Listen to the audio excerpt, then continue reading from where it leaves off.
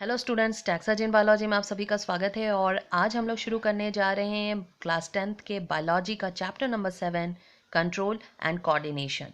तो जैसा कि हमें पता है कि जितने भी लिविंग ऑर्गेनिज्म हैं उन सभी के पास ये एबिलिटी है कि वो अपने इन्वायरमेंट में हो रहे चेंजेस को सेंस कर सकते हैं, उन चेंजेस को भांप सकते हैं एंड उनके अगेंस्ट रिस्पॉन्स कर सकते हैं।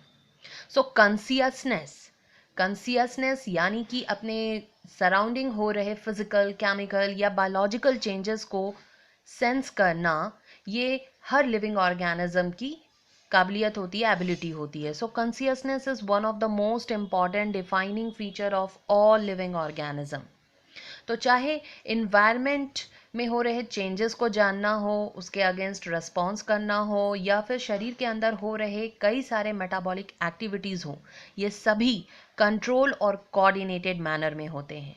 तो सबसे पहले हम लोग जानेंगे कि कंट्रोल और कोऑर्डिनेशन का क्या मतलब होता है। कंट्रोल दैट मीन्स किसी भी फंक्शन को स्टार्ट करना या उसको स्टॉप करना या फिर उस फंक्शन को कंटिन्यूअस कराना किसी पर्टिकुलर रेट से, दैट इज द कंट्रोल।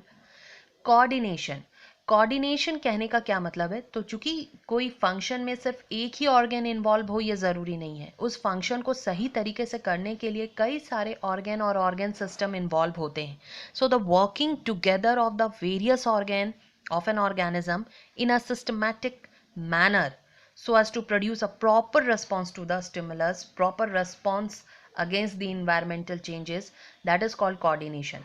तो coordination वो process है जिसमें एक या एक से ज़्यादा organs involve होते हैं and they complement the function of one another, और एक दूसरे के function के साथ ये तालमेल बैठाते हैं, that is called coordination.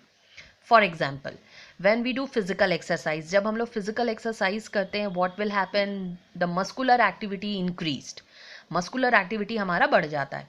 Muscular activity अगर बढ़ गया तो हमें क्या चाहिए, एनर्जी भी ज़्यादा चाहिए। एनर्जी ज़्यादा के लिए क्या होगा, oxygen supply automatically increased in our body. अगर ऑक्सीजन सप्लाई ज़्यादा चाहिए तो ब्रीदिंग रेट बढ़ जाएगा, ब्रीदिंग रेट बढ़ेगा, हार्ट बीट रेट बढ़ेगा और ब्लड का सप्लाई भी ब्लड वेसल्स के थ्रू बढ़ जाएगा। तो कहीं ना कहीं आप क्या देख रहे हो कि जब सिचुएशन ऐसा हुआ कि आपको फिजिकल एक्सरसाइज करना था, उस समय आपके कई सारे ऑर्गन्स के जो फंक्शन के रेट हैं वो क्या हो गए, इंक्रीज हो गए। अब आप जैसे ही फिजिकल एक्सरसाइज स्टॉप करोगे, व्हाट विल हैपन, ये सभी के सभी अपने रेगुलेटेड मैनर, अपने नॉर्मल रेट में आ जाएंगे, अपने नॉर्मल कंडीशंस में आ जाएंगे। जो हार्ट बीट रेट बढ़ा था वो नॉर्मल हो जाएगा, जो ब्रीदिंग रेट बढ़ा था वो नॉर्मल हो जाएगा, जो ब्लड सप्लाई वेसल्स में बढ़े थे वो नॉर्मल हो जाएंगे। तो ये इस तरीके से आप देखते हो कि वो प्रोसेस जिसमें एक या एक से ज़्यादा ऑर्गन्स इन्वॉल्व हो और एक दूसरे के फंक्शन को ये सपोर्ट करे, that is called a coordination. So control and coordination. Control, that means to just start or stop the function or to continue the function, maintain the function in a particular rate. Coordination, that means the process in which two or more organs are involved and they complement the function of one another, they support the function of one another, that is called the coordination. Both control and coordination is very important to maintain the homeostasis of the body. तो body में homeostasis को maintain करने के लिए सारे essential condition, normal conditions को maintain करने के लिए, ताकि लिविंग ऑर्गेनिज्म सही से सर्वाइव करे, उसके लिए कंट्रोल और कोऑर्डिनेशन का होना ज़रूरी है। Control and coordination in animal is brought about by two systems, that is nervous system and endocrine system. Must remember, हमारे शरीर में चाहे वो कोई भी एनिमल्स हो, आप देखेंगे कंट्रोल एंड कोऑर्डिनेशन जो है वो दो सिस्टम की मदद से किया जाता है, that is nervous system and endocrine system. Both system jointly coordinate and integrate all activities of the organ so that they function in a synchronized fashion. तो आप देखेंगे कि इन्हीं दो सिस्टम के जॉइंटली कोऑर्डिनेशन से क्या होता है, जितने भी हमारे ऑर्गन्स के एक्टिविटीज़ होते हैं वो सही तरीके से होते हैं, एक सिंक्रोनाइज्ड फैशन में होते हैं। Nervous system provides an organized network of point to point connection for a quick coordination.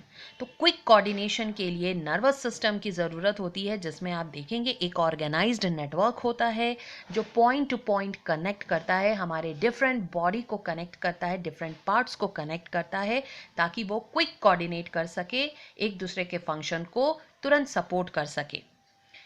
अब हम लोग ये देखेंगे कि नीड ऑफ नर्वस सिस्टम, हाँ आखिर हमें नर्वस सिस्टम की क्यों ज़रूरत हुई। तो सबसे पहला जो हम लोग देखते हैं that is it keep us informed. Whatever the change occur in our surrounding we can sense it by our sense organ. So by the help of nervous system we may know about the changes occurring our surrounding। तो surrounding में हो रहे changes जो है उसे जान सके, इसकी वजह से हमें नर्वस सिस्टम की ज़रूरत है। तो ये हम लोग अपने सेंस ऑर्गन के थ्रू जान पाते हैं कि हमारे सराउंडिंग में क्या चेंजेस हो रहे हैं। Enable us to remember, to think, to analyse. Nervous system की वजह से ही हम लोग किसी भी चीज़ को सोच सकते हैं, उसके बारे में एनालाइज कर सकते हैं, उसका रीज़न आउट निकाल सकते हैं, या फिर हम लोग उसे याद रख सकते हैं। Control and coordinate all voluntary muscular activities. जितने भी वॉलंटरी मस्कुलर एक्टिविटीज़ हैं जो हमारे कंट्रोल में होता है, जो हमारी इच्छा से होता है, for example running, walking, writing, reading, ये सभी आप क्या देख रहे हो, these all are voluntary activities. तो इन पर कंट्रोल एंड कोऑर्डिनेट हमारे नर्वस सिस्टम की वजह से होता है। And it also regulate involuntary activities like breathing, breathing rate, heart beating rate. Okay, तो इन सब को भी कंट्रोल करना किसका काम होता है, नर्वस सिस्टम का काम होता है। So this is all about the nervous system. Now endocrine system provides chemical integration through hormones. तो हमारे शरीर में केवल नर्वस सिस्टम ही नहीं बल्कि एंडोक्राइन सिस्टम, जिसमें हॉर्मोन्स इन्वॉल्व होते हैं, उसकी मदद से कंट्रोल एंड कोऑर्डिनेशन मेंटेन किया जाता है ताकि प्रॉपर होम्योस्टैसिस मेंटेन हो सके। नेक्स्ट वीडियो में हम लोग जानेंगे नर्वस सिस्टम के बारे में और देखेंगे नर्व सेल, और जानेंगे कैसे नर्व इम्पल्स जनरेट होता है